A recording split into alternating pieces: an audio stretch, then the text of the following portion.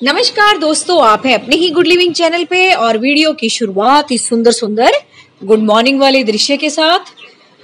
तो बिल्कुल दोस्तों, आज का जो हमारा टॉपिक है वो आप सभी का सजेस्ट किया हुआ है। सभी का तो नहीं कहूंगी, जो मेरे ख्याल से नए व्यूअर है ना उनका होगा वो, क्योंकि पुराने वाले जो लोग हैं उन सबको पता है कि इस मौसम में हमें कौन कौन से सब्जियां वगैरह लगानी है। और बिल्कुल क्रेट तैयार करना मैंने आपको दिखा दिया था। तो मेरी बहुत सी रिक्वेस्ट आई हुई थी इस टॉपिक पे कि जब आप क्रेट में सब्जियां लगाओ ना तब जरूर दिखाना। तो बिल्कुल जो भी मेरे पास फिलहाल बीज पड़े हैं वो तो मैं आपको दिखाई दूंगी समर के, और जो मेरे पास नहीं भी है उनके बारे में बता दूंगी कौन कौन से आप लगा सकते हो और लगाने का तरीका ही बता दूंगी। अभी फिलहाल मेरे पास यही बीज रखे हुए थे तो मैं यही लगाऊंगी क्रेट में। पालक की इच्छा थी मेरी लगाने की, लेकिन पालक के अभी मेरे पास फिलहाल नहीं है। तो बिल्कुल इस मौसम में दोस्तों आप पुदीना भी लगा सकते हो, पालक भी लगा सकते हो, और ये करेले के बीज तो आप देख ही रहे हो, ये लगा लो। और ये दोस्तों कचरी के बीज, वो जो फूट आती है ना खट्टी मीठी सैलेड में खाते हैं, ये उसके बीज हैं, ये भी आप लगा सकते हो। ये भी बीज मेरे पास रखे हुए थे। तो ये वही सब्जियां जो बड़ी आराम से आपके क्रेट में लग जाएंगी और मैं हमेशा लगाती भी हूँ, पीछे आपने वीडियो में देखा भी होगा। और ये तोरी के हैं दोस्तों, लोबिया के हैं, और इसमें कुछ खीरे के हैं। तो ये भी आपके पास ऑप्शन है। और देख लेते हैं और कौन कौन से बीज है अपने पास। और दोस्तों ये किचन में से मैं राजमा लेके आई थी, बीन्स भी लगा सकते हो आप। और ये भिंडी के बीज हैं, भिंडी भी लगा सकते हो इस मौसम में आप अपनी क्रेट्स में। जैसे मैंने सब्जियों की क्रेट तैयार करनी सिखाई थी ना, उसमें ये सारी सब्जियां लगा सकते हो आप बड़े आराम से। और ये है दोस्तों गोल वाले बैंगन होते हैं ना, जो लंबे वाले तो है मेरे पास, क्यारी में भी लगे हुए हैं। तो ये गोल वाले हैं, गोल बढ़ते वाले होते हैं ना जो, ये वो वाले बैंगन है। तो बिल्कुल ये भी आप लगा सकते हो। बैंगन की कोई भी वैरायटी हो, मिर्चें लगा सकते हो। मिर्चें तो सूखी हुई हो जाती हैं जो किचन में, वो है ना, छिड़क के बस अपना मट्टी डाल दो, फिर पोत तैयार हो जाएगी तो उसको अलग अलग लगा लेना। तो मतलब बहुत सारी चीजें तो हमारी किचन से ही निकल आती हैं। तो चलो इनको लगाना देख लेते हैं। और पुदीना अब आप पूछोगे, मैंने वो लगाना सिखा रखा है, एक बार वो वीडियो देख लेना। पालक का भी, पुदीने का भी, जो मैं अभी नहीं बता पाऊंगी, या बीज जो मैंने नहीं दिखाए। तो पुदीना तो ऐसे कटिंग से ही लगता है। और ये दोस्तों मैंने कई दिन से मैं इसमें खूब पानी डाल रही ताकि अपनी जो मिट्टी है, जो हमने पोटिंग मिक्स तैयार किया है क्रेट के लिए, वो अच्छे से सेट हो जाए और इसमें इतना सारा मॉइस्चर आ जाए कि हमें ऊपर से पानी डालने की जरूरत ना पड़े। और जब भी हम ये बीज बोएं तो इतना इसमें मॉइस्चर हो कि दोबारा हम पानी ना दें। सीडलिंग के टाइम तक इसमें इतना मॉइस्चर होना चाहिए। और पॉलिथीन अपनी लगा रखी है तो इतनी जल्दी मॉइस्चर उड़ेगा भी नहीं। और रखना है आपने इसको सूरज की रोशनी में ही। और अगर हल्का फुल्का आपको ड्राइनेस भी लगे तो भी मैं आपको पानी देने का तरीका बताऊंगी। तो मैं तो दोस्तों ये जो पुराने टूथपेस्ट के ब्रश हो जाते हैं ये यूज कर लेती हूँ गार्डनिंग में, और मुझे बड़े अच्छे लगते हैं गार्डनिंग का काम करने के लिए, कोई भी डिगिंग करने के लिए या इतना गड्ढा खोदने के लिए जितना की हमें जरूरत होती है। तो बिल्कुल परफेक्ट रहते हैं ये, है ना, पीछे की साइड से।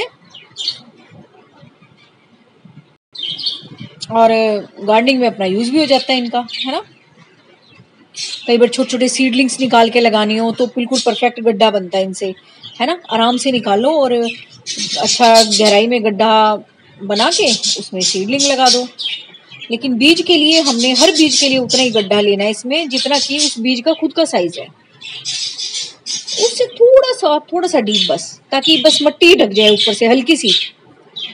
ये देखो ऐसे करने से ना हमें पता लग जाएगा कि कितनी दूरी पे हमने बीज बोना है, और बस एक एक गड्ढे में अपना बीज डालते चले जाएंगे। इससे क्या होगा, एक बीज के ऊपर दूसरा बीज भी नहीं चढ़ेगा। और दूसरा दोस्तों कई बार क्या होता है कि जब हम सूखी मिट्टी में बीज डालते हैं तो जब हम पानी देते हैं ना, सारे बीज कई बार एक जगह इकट्ठे हो जाते हैं, या जितनी दूरी हम बीजों के बीच में चाहते हैं ना उतनी दूरी नहीं आ पाती। तो ये जो तरीका है आपके बीज को खराब होने से ही बचाएगा, एक दूसरे के ऊपर भी नहीं आ पाएंगे वो, और दूसरा कि इकट्ठे भी नहीं हो पाएंगे और मिट्टी भी नहीं उन पे से हटने पाएगी। और इस तरह से मॉइस्ट करके, अगर आप पहले से ही मॉइस्ट करके पोटिंग मिक्स में बीज लगाते हो तो इससे जो आपका जर्मिनेशन रेट है वो तो बढ़ेगा ही बढ़ेगा। और जितनी दूरी आप वाकई में चाहते हो एक प्लांट से दूसरे प्लांट के बीच में हो, तो उतनी आपकी दूरी भी बनी रहेगी। और दूसरा फिर पानी देने की भी कोई चिंता नहीं है ना, कि हमारे बीज इधर से उधर ना हो जाए और उन पे से मिट्टी ना हट जाए। अब ये देखो मैं कैसे जैसे कर रही हूँ ना, बस आप देखते जाओ। है ना। देखो हल्की सी एक लेयर बिछाऊंगी मैं, देखो, है ना। बस ऐसे इनको ढकते जाएंगे हल्का हल्का सा। तो बस ये मैं बस एक ही तरह के बीज आपको लगा के दिखाऊंगी, वैसे तो मैंने सारे ही लगाने हैं। मैं अपना आराम से लगाती रहूंगी फिर, क्योंकि वीडियो बहुत ज्यादा लंबा हो जाएगा, है ना। आपको तरीका पता ही लग गया कि अगर पहले से मिट्टी भिगो के हम बीज लगाते हैं तो बहुत आसानी रहती है बीजों को लगाने में भी, और दूसरा फिर हमारे बीज उगने में भी कोई प्रॉब्लम नहीं होती। तो ये जो भी बीज बच रहे हैं मैं लगा लूंगी, बस ऐसे ही गड्ढा खोद खोद के लगाते जाएंगे अपना। इनको मैं उधर दीवार की तरफ लगाऊंगी ताकि आराम से दीवार पे चढ़ जाए। ये क्रेट जो है गार्डन के पास रखी हुई हैं, इनमें ऐसे प्लांट लगाऊंगी जो कि सिर्फ उगते रहे सीधे सीधे, बेल वाले ना हो। और पानी जब आपको लगे ना सूख गया इसमें, तो आपने ऐसे ऊपर से नहीं धड़ाधड़ डाल देना ऐसे साइड में ना हाथ लगा के ना मग्गे से आपने तब डालना, ताकि आराम आराम से थोड़ा सा टाइम तो लगेगा, ताकि एकदम से जो नन्हे नन्हे प्लांट निकले हैं उनकी रूट बिल्कुल भी अपरूटेड ना हो एक तो। और कई बार दोस्तों मट्टी हट जाती है रूट पे से, है ना, फिर वो जो सीडलिंग बनाया अपना वो खराब होना शुरू हो जाता है। तो ऐसे साइड में हाथ लगा के तब आपने पानी देना है। बस यही कुछ बीज थे जो समर में आप लगा सकते हो, और बिल्कुल, है ना, जो मर्जी लगाओ। अगर अच्छी जगह है, जैसे क्यारी है मेरी, खरबूजे लगा लो, तरबूज लगा लो, जो मर्जी लगा लो, फिर तो आपकी अपनी चॉइस है। बहुत सारे बीज होते हैं सर गर्मियों के लगाने के लिए भी, तो देख लो जो भी अवेलेबल हो। तो बस देखते हैं गार्डन में और क्या क्या खिला हुआ है ना।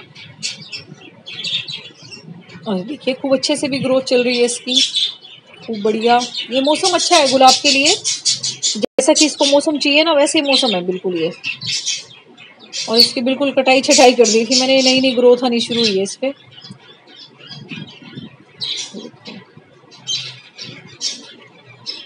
तो बस गार्डनिंग का काम दोस्तों बहुत सुंदर काम है और बहुत मज़ेदार काम है। अगर हम सुबह की शुरुआत, है ना, अपने खुद की हेल्थ को देखते हुए करते हैं और फिर थोड़ा बहुत गार्डनिंग का काम करते हैं, अगर टाइम है तो। कई बार दोस्तों अब ये कह दो कि हमें तो जॉब पे जाना होता है ना, लेकिन जिसके पास टाइम है अगर वो अपने काम की शुरुआत बड़े आराम से बड़े मज़े से मेरे की तरह, तो दोस्तों मैं कभी भी कोई टेंशन नहीं लेती लाइफ में।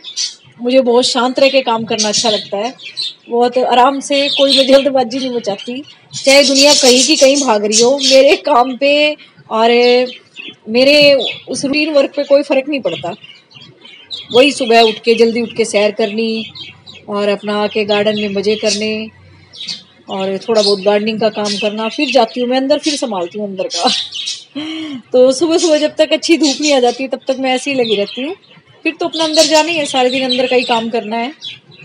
फिर मैं आराम से, और बड़ी फ्रेश फीलिंग आती है दोस्तों गार्डनिंग का काम करने के बाद, बड़ा अच्छा लगता है और मूड भी बड़ा फ्रेश हो जाता है मॉर्निंग वॉक के बाद, थोड़ा गार्डनिंग का काम करने के बाद। और दोस्तों इन प्यारे प्यारे फूलों को देखने के बाद, है ना, किसका मूड ऑफ होगा, है ना। जो जैसा मर्जी मौसम हो हमेशा खिलते रहते हैं, तो हमें भी ऐसा ही होना चाहिए।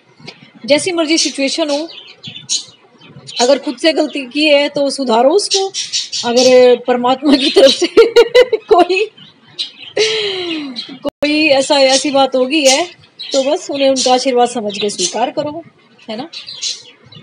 जो चीज आपकी पसंद की हो रही है वो समझो भगवान का आशीर्वाद है, जो परमात्मा की पसंद से हो रही है तो ये समझो ये उनकी इच्छा है। तो अगर यही सोच बना के रखोगे तो मुझे नहीं लगता कोई दुखी होने की कोई बात होगी जीवन में। तो बस सुबह सुबह का ठंडा ठंडा मौसम है ना, अच्छी अच्छी हवा चल रही है, ठंडी ठंडी, हल्की हल्की सी धूप आनी शुरू हो गई है गार्डन में। तो बस मैंने तो क्रेट में खैर लगानी थी बहुत दिन से, मैंने पानी डाल रही थी, खाद थी ना नीचे, मैंने कहा बढ़िया सी मिट्टी अपनी मॉइस्चर वाली हो जाए तब मैं बीज लगाऊंगी, तब आपको दिखाऊंगी।